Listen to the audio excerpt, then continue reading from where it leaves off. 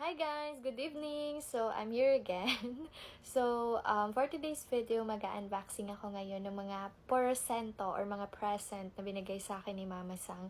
So, since ang dami na nga dito sa aparador ko na kung ano-anong binigay sa akin ni Mama Sang na mapapakinabangan naman, so, hindi ko pa siya naliligpit, guys. So, bago ko siya iligpit, naisip kong i-unboxing na lang siya at i-video for today's video nga.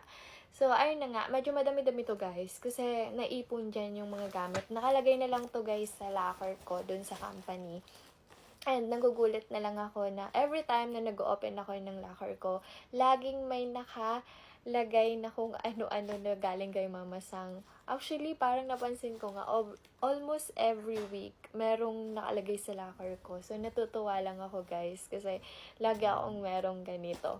So, aside from these, binibigyan din kami ng sometimes ng mga chocolates, ng mga foods, kung ano-ano guys, soft drinks, kung ano-anong maisip nilang ibigay sa amin kasi napaka-generous ng mga katrabaho naming hapon. So, start na tayo guys. So, eto, last time niya pa to sa akin binigay. So, ngayon ko na lang din niya unboxing para mapakita ko lahat ng mga binigay niya sa akin. And yung iba, actually madami siya sa akin binigay na damit.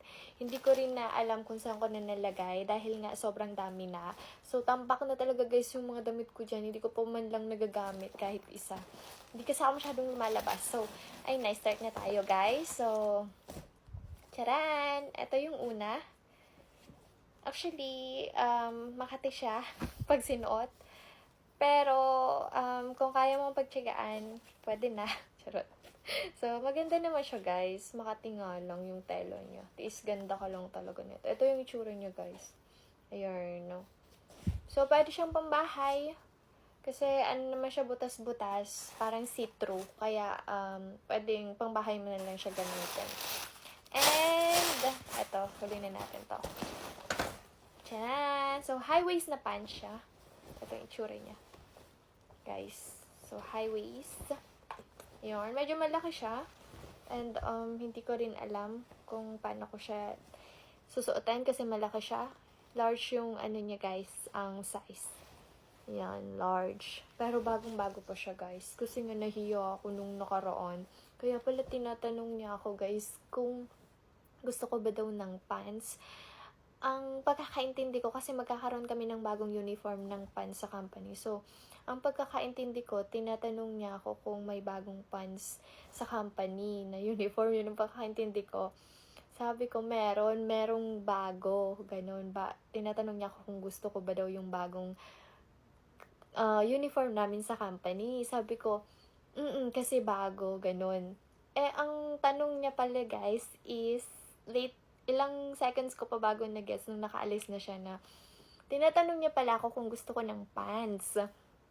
So, ang sagot ko, Atarashi pants. So, sabi ko, ang dating sa kanya na gusto ko ng bagong pants. So, ayun, ang ending, binili niya ako ng bagong pants.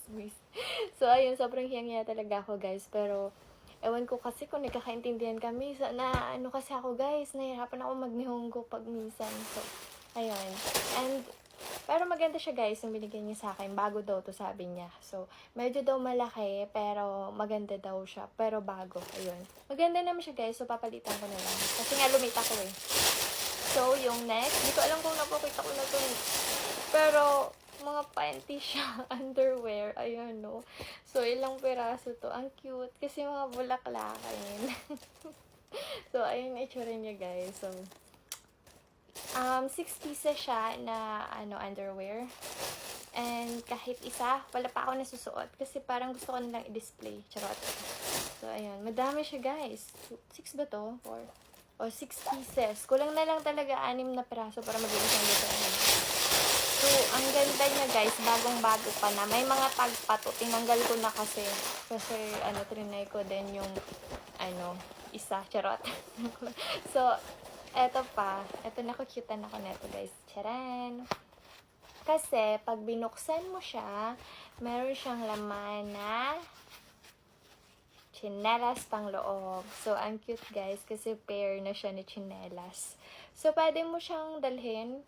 Kunwari, mag-overnight ka sa kaibigan mo. Kung mahilig ka mag-overnight, magdala ka nito para may tsinelas ka pang loob. So, itong purpose na to. Pero since nagkukutan nga ako, hindi ko pa siya magamit. At ang dami ko naman chinelas ditong panloob. So, I think hindi ko pa siya magagamit. And, ano pa ba?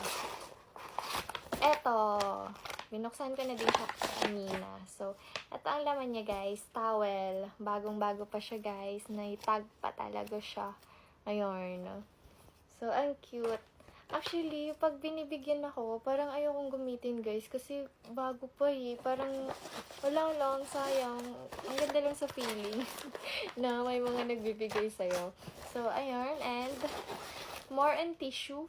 So, every time na nagbibigay siya sa akin ng kung ano-ano, may mga tissue talaga. Sakto, nagtitipid ako sa tissue, kaya hindi na ako bumibili minsan. So, ibalik na natin to. And, yung next is yung kakabigay lang niya din sa akin kahapon. So, maubos na yung oras ko. Kailangan ko ng bilisan. So, eto guys, nakabalot pa. Naka-plastic pa siya. So, tira! So, eto yung ano niya, bag. Uy, ang cute niya din, no? Pwede siyang kung magma-market ka. Pwede mo din siyang lagyan ng, maliit na laptop na, ayan, no? Ang cute niya. Dapat pala ginagamit ko din pala to. Para makita ni mama sa'yo na ginagamit ko lahat ng binibigyan niya sa akin. Ayun. Nakabalot pa siya, guys. Bagong-bago pa to, Napaka-arte ko, Binigyan pa ako ng bagong. Tcharan! May tag pa talaga siya, guys. Oh, so cup. Let's try this. Yun. Ganun itsura niya. So, sakto. Malapit na mag-summer. Yan, no? So, wala lang. Pero charot.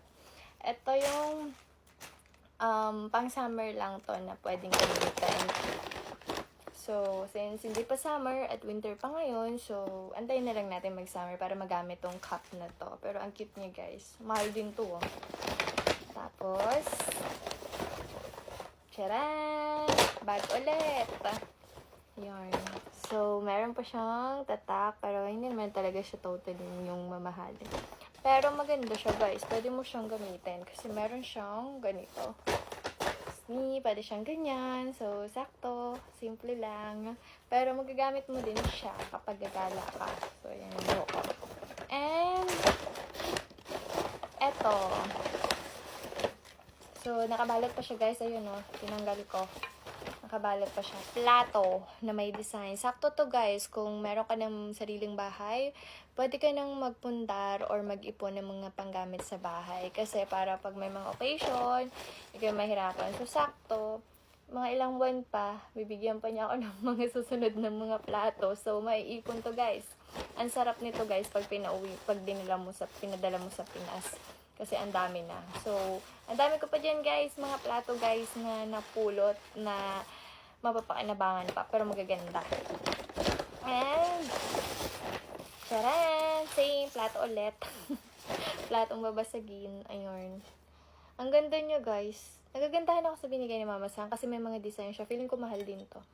So, ingatan ko to, guys. Kailangan pag napadala ko to sa Pinas, hindi pa basag. Kasi mostly, kapag napadala ka daw dito sa tinatapon-tapon lang. So, kailangan kapag nagpadala ka ng balikbayan box is kailangan may mga cotton sa ilalim at sa ibabaw para safe yung mga babasagin na papadala nyo.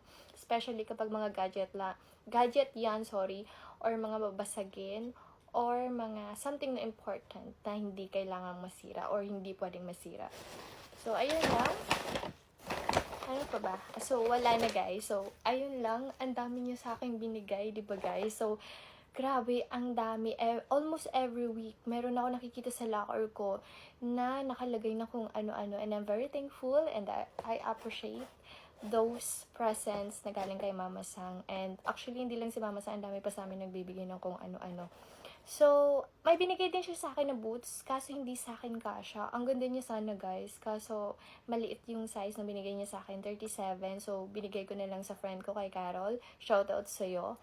And, 38 po kasi yung size ng paa ko. So, yung mga gusto dyan magbigay or mag-donate, charot. 38 po yung size ng paa ko. So, ayun lang po. And, next time, kapag binigay niya ako ulit, and naipon na naman, i-flex ko ulit sa inyo yung mga binigay niya sa aking mga gamit. And hanggang dito na lang. Thank you so much for watching and see you next time. Bye!